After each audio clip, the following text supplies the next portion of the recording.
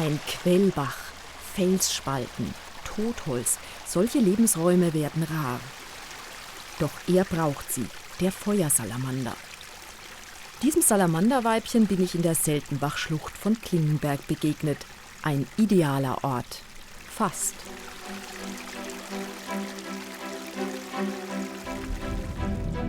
Die Serpentinenstraße im Wald ist eine tödliche Gefahr für den Salamander. Man muss halt einfach gucken, dass man dem Tier nicht irgendwo Lebensräume wegnimmt, oder man muss halt einfach versuchen, dieses Tier zu schützen. Das Tier hat nur einen Instinkt, aber der Mensch kann schon was tun. Das heißt, man kann Maßnahmen ergreifen oder aufpassen oder einfach die Natur so behandeln, wie es ihr auch gebührt. Bernd Seifert will heute mit seinen Helfern Salamander retten. Und ich darf mit. Hallo. Zwei an den Zäunen. Glaubt ihr, wir kriegen was? Ja, gestern hatten wir gute Ausbeute. Gestern hatten wir 17 Stück plus 3 Sichtungen. Was ist denn dein Ziel Mein Ziel für heute Abend? für heute, oh Gott. Ja, ich bin ja. Ja, da müssen wir schon ein bisschen schauen. Ne? Okay. Ich weiß jetzt, ich habe keinen Überblick, wie viele Autos hinten sind und wie viele Autos oben sind. Ist gut. Das war wahrscheinlich er. Ja, das war er. Dann ist jetzt hier hinten kein Auto mehr, ne? Wenn ich jetzt einer von den Helfern bin oder wenn ich mit dabei sein möchte, was muss ich machen? Sag mir einfach, was ich machen muss. Also wollen wir mal dahinter gehen, ein Ja, Stück. genau. Dann gehen wir ein bisschen mal dahinter. Eimer braucht man? Ja, nimmt einen Eimer mit, genau. Salamander sind nachtaktiv. Bei Regen und Temperaturen über 6 Grad zieht es die Weibchen zu den Laichgewässern. Der Zaun hält sie erstmal von der Straße ab. Aber dann gibt es auch noch die, die vom Wasser in den Wald zurück wollen. Sie laufen direkt auf die Straße. Heute früh um 5 Uhr hatte ich hier auf diesem Stück 10 Stück. 10 Stück. 10 Stück. Und davon, ja, 10 Stück. Und davon waren 4, die nach Hause wollten, und 6 Schwangere, die ich übergehoben habe. Ja. Guck, da sitzt einer. Da. Da ist einer, der will nach Hause. Wow. Ja. Läuft der jetzt weg, wenn wir hingehen? Er hat jetzt gesehen, dass wir ihn anleuchten, und da bleibt er stehen und bewegt sich gar nicht mehr. Ich gehe jetzt dann hin. So, ich stelle mal meine Lampe daneben hin. Kann ich ja mal halten, Ja, komm. klar. Dafür bin ich ja dabei. So, jetzt nehmen wir den einfach. So. Guck. Passiert nichts. Oh, So schöne ein wunderschönes Punkte. Tier, ne? Ja. Wunderschönes Tier. So, und dann nehme ich den gerade und setze ihn über. Und setze ihn hier quasi in die Sicherheit. Ruckzuck ist er verschwunden und versteckt sich. Mich hat es sowieso von Anfang an fasziniert. Wie soll ich denn sagen, es ist schon fast eine Sucht, hier zu helfen.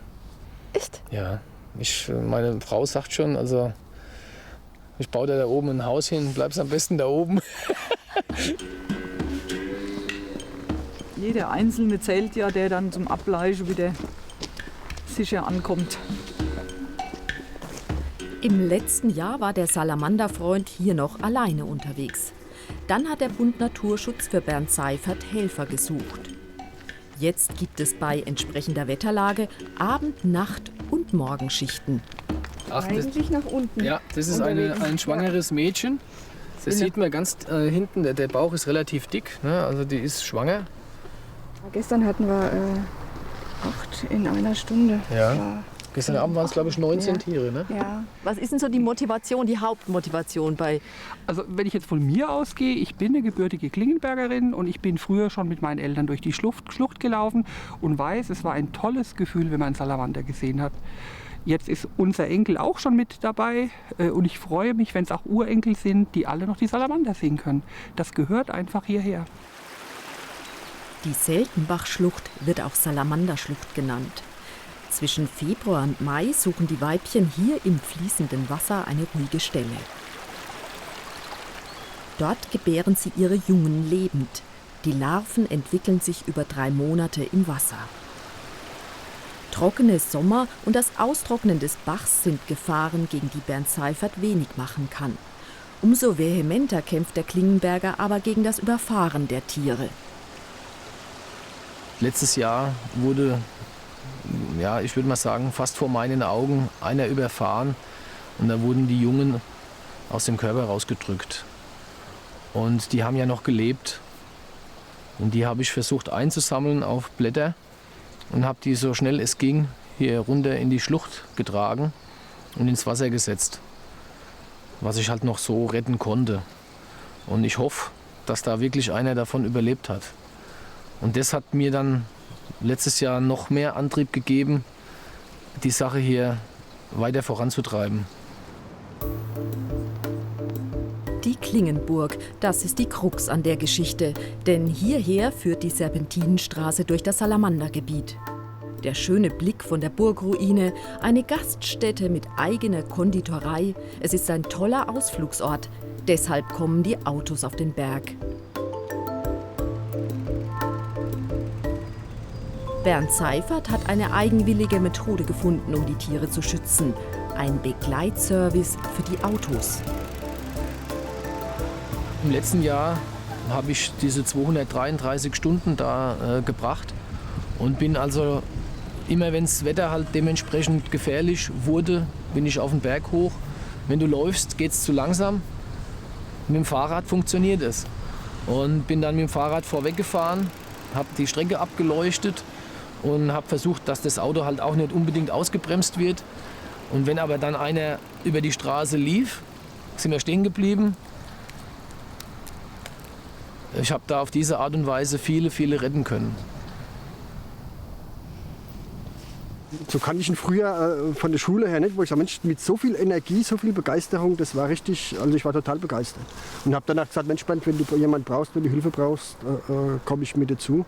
Mich hat es auch mit herangezogen, wie ich gesehen habe, was er macht. Ich finde es beeindruckend und nachahmenswürdig. Und so jemand darf man nicht alleine stehen lassen. Danke. Ja, danke schön. Also dem ist nichts hinzuzufügen. Ich bin froh, dass jetzt so viele Leute dabei sind und hier begeistert an der Sache teilnehmen. Weil alleine, ich weiß nicht, ich glaube, das hätte ich auf Dauer nicht durchgehalten. So lange, bis das letzte Auto herunterfährt, bleiben wir am Berg. Zwischen den einzelnen Kontrollgängen ist Zeit für Kaffee und Erfolgsberichte. Mit dem Dominik die beiden. Ja. Mit dem Bernd haben wir einen gefunden, einen Rückwanderer. Alexander Schmidt von der Gaststätte auf der Burg hat den Kaffee spendiert und seine eigene Kuchenkreation. Ich habe auch noch 3 Stück Salamanderkuchen. Ausnahmsweise hat Günter Faker vom Landesbund für Vogelschutz seinen Fund mit in die Kaffeerunde gebracht. Wieso hat der einen kürzeren Schwanz? Ja, der hat einen Schaden erlitten. Der wurde mal erwischt, vielleicht von einem Autoreifen, und der Schwanz bildet sich jetzt wieder nach. Ja, also die haben ein Regenerationsvermögen. Und es funktioniert auch, wenn man jetzt zum Beispiel, wenn sie an der Hand, wenn sie Gliedmaßen verlieren, würden die auch wieder nachwachsen.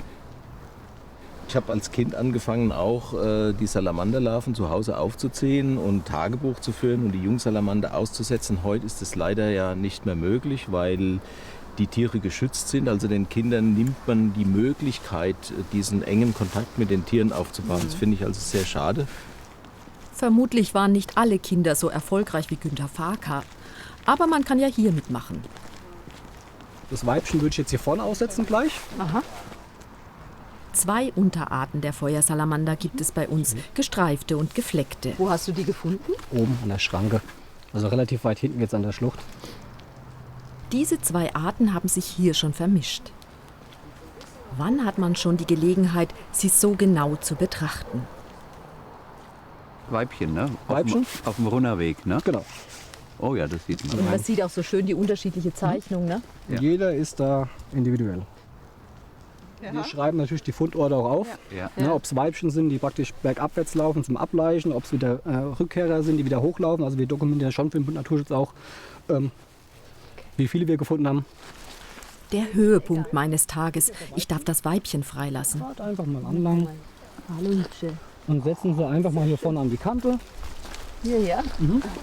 Der Salamander hat es eigentlich in der Natur, wenn er ableichen möchte, läuft er auch bergab, außer er ist gestresst. Ah Also, hübsche, hast wahrscheinlich noch ein bisschen. Das Licht wahrscheinlich ein bisschen.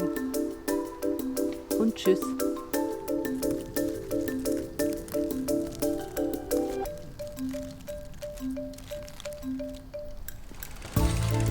Seit wenigen Wochen gibt es jetzt eine Schranke, die Bernd Seifert schließt, wenn das letzte Auto den Berg verlassen hat.